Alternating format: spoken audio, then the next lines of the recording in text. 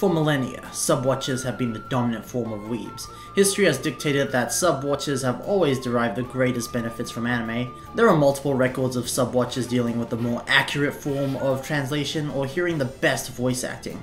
But I think that's kind of ridiculous. If there's an option to watch an anime in my language, that's what I'll do. Of course, it depends on the quality of the dub. If a dub is garbage, then I'll probably swap it out for the sub. Subs are also just free on a lot of legal streaming sites, and I'd rather watch something legally than open up Kiss Anime and navigate through all the ads just to watch something in English, especially when the subs are closer to the original Japanese script. So my preference for dubs isn't because I think they're better, it's basically because I just understand English. It's solely just up to personal preference. There are many anime dubs which are up to standard though. Nothing is too special about them, but they get the job done at translating the show for English viewers. So let's take a look at one of them. Toradora is a prime example of this form of dub. It's mostly faithful to the script, but one odd line I did notice though was in episode 4. Oh man, what are you, a cowboy? The line was really odd to me, so I went to see how the sub handled the line, and instead Taiga was simply trying to say which is short for Ohio, which means good morning to any non-weebs. So the sub translated the line into mornin'. When she said the line, it came off as awkward. The awkwardness came from the delivery of the line in addition to her physical movement, so it wasn't necessary to completely change the wording. Although in Japan, it's pretty unusual for people to say oha, while in English, people can say mornin' all the time. They could have fixed this by making Taiga just say morn, so it seemed like she shortened the word even further. And I'm pretty sure mourn is a real word too, that people rarely use, because I've heard it in Captain Sparkle's Minecraft parody song, Revenge. Until the sun comes up in the morn. Another example of an odd translation is when an opening day ceremony is mentioned in the sub. In the dub, they call it an orientation day, which is fine since that's what English folk have instead. And they're basically the same thing anyways, but I'm sure anyone could piece together what an opening ceremony day is, so it's a pretty unnecessary change in the script. But in the grand scheme of things, these are very minor changes, and the overall product is great. I love the chosen voices. Ryuji sometimes speaks with this rough or gruff voice. It seems to mostly come out accidentally, which emphasizes how he can't control his intimidating appearance. Stop! Easy! What are you? And Taiga is perfectly voiced by Morgana, which works really well because both of them are big. There's no way I can trust you now. I want your opinion about love letters. Like if you think they're old-fashioned. Dumbass! See ya, Ryuji. Each performance is what you'd expect from a dub. I wouldn't say any performance sticks out particularly, but they get the job done. I would say the same for the Shield Hero dub as well. While nothing is too noteworthy, it's quite accurate to the subs, so I'd say it's worth watching in dub instead. But all this talk about decent dubs is just to get you acquainted with what I feel is the set bar for dubs. That way you can see how much of a step up these dubs that I'm about to mention are from what I consider standard dubs.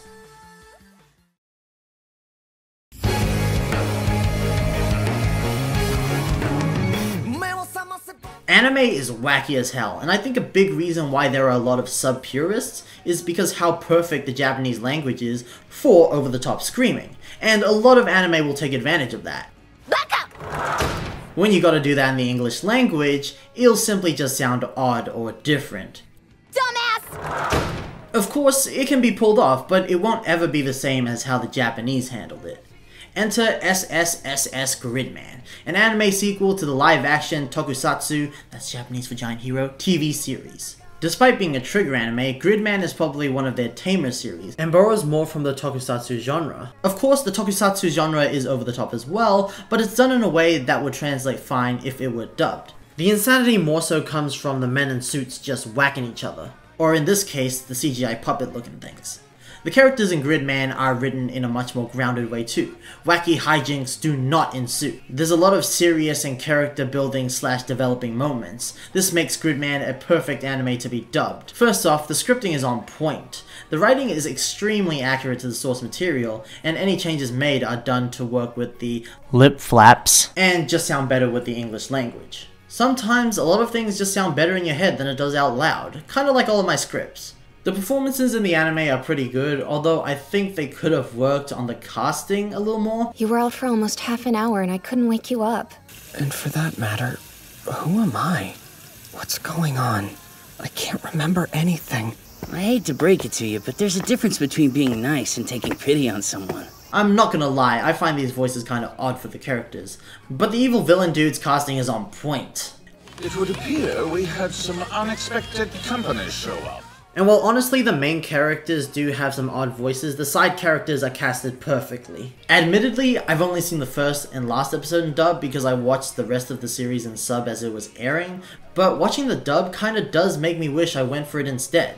I didn't get anything out of it from watching it with Japanese performances, and from the first and last episode, I can tell that the dub is extremely accurate. And while the casting could be better, the performances are solid, so I'd honestly say that the subs don't hold more value than the dub does. Our next dub we're looking at is from an anime that I hold really near and dear to my heart. Spice and Wolf.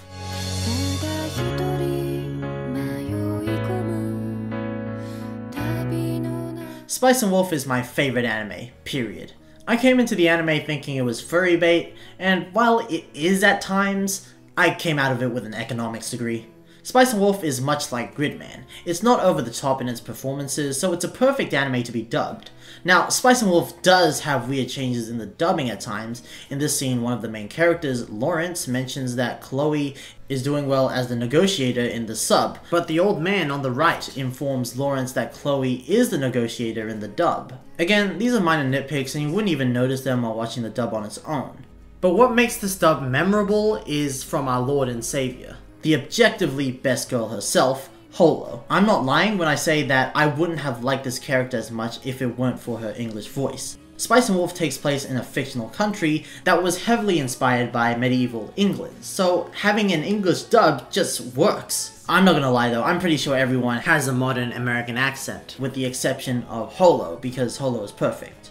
On a serious note though, British anime dubs are just stories told in legends, so it is excusable that the company didn't have the people to do a fully British dub, but what's important is that they at least put in the effort to give Holo a VA that could give her this old English type of accent. Holo is voiced by Brina Palencia in the dub, and she still sounds pretty American, but she has this overly formal, old-timey kind of accent. But instead of being British, it's obviously American. I guess there just aren't any women who can do a British accent in the dubbing scene. But even then, having Holo be the only character with a British accent would be jarring anyways. The only reason it works for Gridman is that the British dude is an alien. While in Spice and Wolf, you would expect Holo to have similar accents to everyone else. The original Japanese voice gives Holo a unique accent as well, known as Oiran, but because I can't speak Japanese, I don't even notice it.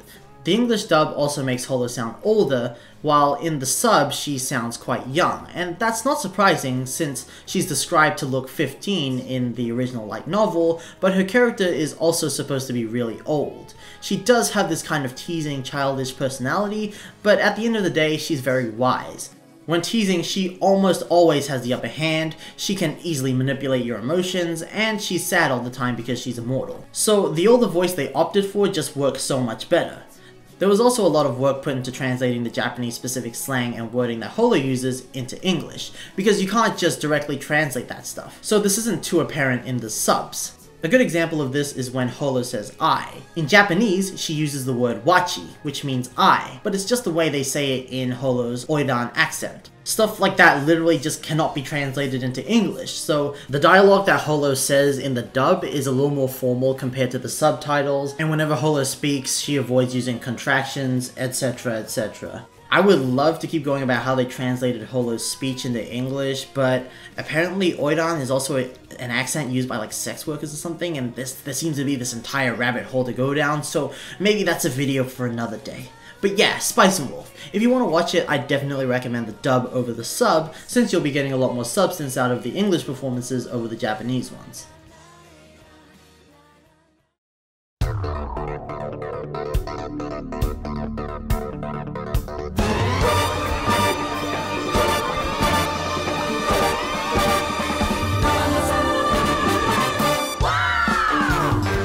My most successful videos on this channel seems to be the ones where I talk about Lupin the Third, so yeah, let me shoehorn it into this video too. So, when talking about the best Lupin dubs, there are two types that you have to keep in mind. There's a redub of Lupin the Third Part 2, which is kind of like a parody of itself, so it's like the Ghost Stories dub, except it's a lot tamer, and they don't constantly throw around slurs. Then we have the more recent dubs. In this video, I'll be focusing on parts 4 and 5, but we do have dubs for some of the recent TV specials and OVAs. Some of those dubs use the same voice cast as the TV series, while others change the voice cast to adjust for a different tone. But what seems to be the staple voice cast for the main series is comprised of Tony Oliver as Lupin himself, Richard Epcar as Jigen, Lex Lang as Goemon, Michelle Ruff as Fujiko, and Doug Erholtz as Zenigata. These 5 actors are the perfect anime dub cast. Each voice stands out on its own as if they were cartoons. I already mentioned this in my video introduction to Lupin the Third, but Lupin is very heavily inspired by Western media, so having a cast that sounds a lot more like cartoon characters rather than anime characters is not just good from a technical standpoint, but also because it perfectly fits the entire vibe of the series. So let's dissect and reflect. Starting with the main character himself, I wouldn't say that Lupin's voice is in any way accurate to what the Japanese have established. In Japanese, Lupin speaks in this way where he constantly lowers and raises the pitch of his voice. It's hard to explain this because I don't speak Japanese, but if you're familiar with the Japanese language enough, you'd notice that Lupin speaks quite differently compared to literally everyone else. 次元立場いねえし。じゃあ早速案内してもらいましょうか。お嬢ちゃん。So, how would Tony Oliver substitute for that?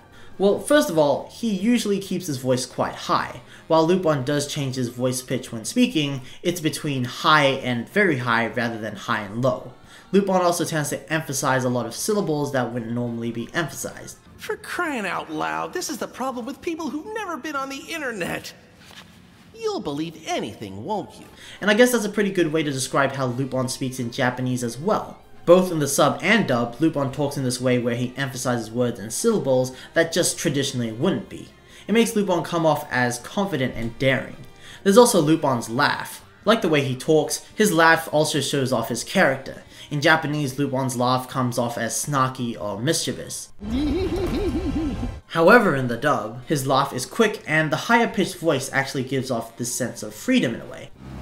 I guess in English he comes off as more young and energetic, while the Japanese laugh is more chaotic with a deeper voice. But even with the voice differences, the laugh comes up with the same answer, just through a different equation. Jigen's voice is pretty straightforward. He's rough and tough, and it fits the character pretty well. I figure I'm the only one who can get you to call it quits. Sure as hell ain't gonna be Fujiko. And while he does sound very serious most of the time, he's really good friends with Lupin, so he can express enjoyment from time to time. That's gasoline for you. Goemon sounds like the traditional Japanese man.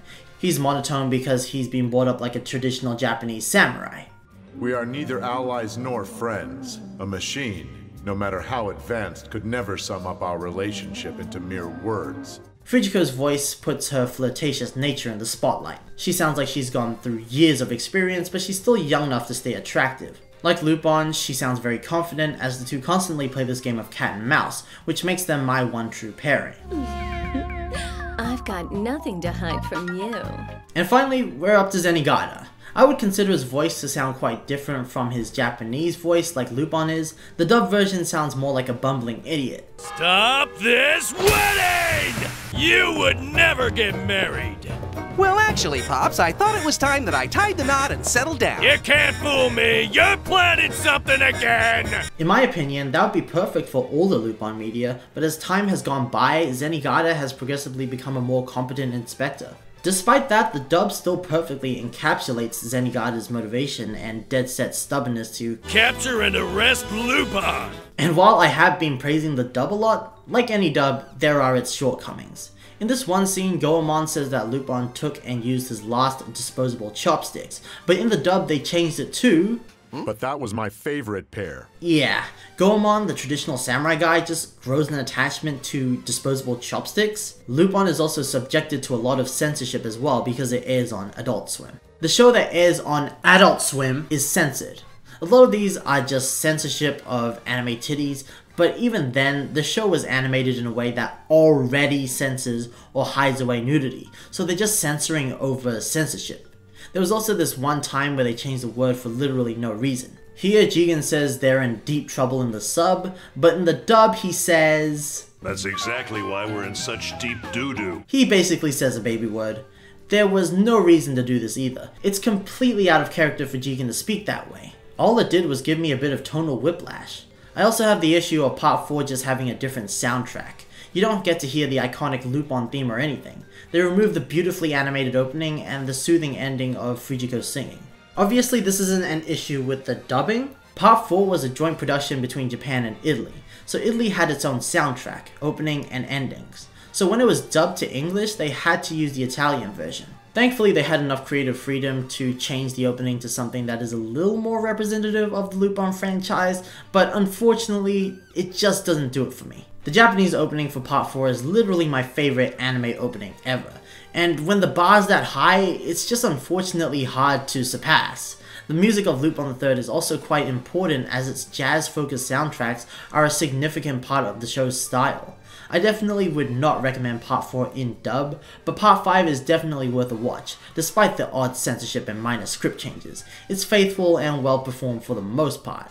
And with a voice cast that I can undoubtedly call the definitive voices for an English Lupin, I would have no issue watching any future Lupin media in dub. Too bad the dubs always take forever to start production. So I've talked about the modern Lupin dubs, but let me just quickly gloss over the Lupin III Part 2 redub from 2003. Admittedly, I've only seen the first 7 episodes, but that plus all of the Lupin out of context compilation videos are enough for me to admire the sheer genius this dub is.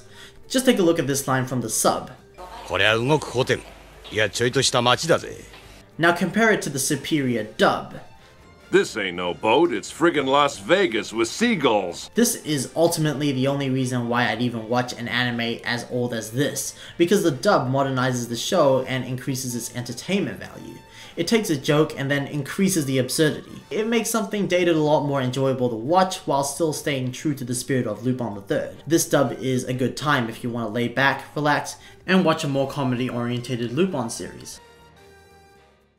And yeah, that's all I really got today. Surprisingly, I haven't watched too many anime dubs, despite being a defender of them. And that's mainly because you have to pay for them, and some anime haven't been dubbed, and dubs take a while to come out, so I just watch the show as it releases with subs. But I just tend to hear a lot of subs are always better than dubs arguments, and I just want to give light to some pretty good dubs that aren't Cowboy Bebop or Konosuba. But if you did enjoy this video, please give it a like, and if you want to see more, subscribe. And if you want to interact with me directly, you could join my Discord server, or you could follow me on Twitter. But like at the end of every video, I'll be seeing you guys in the next video.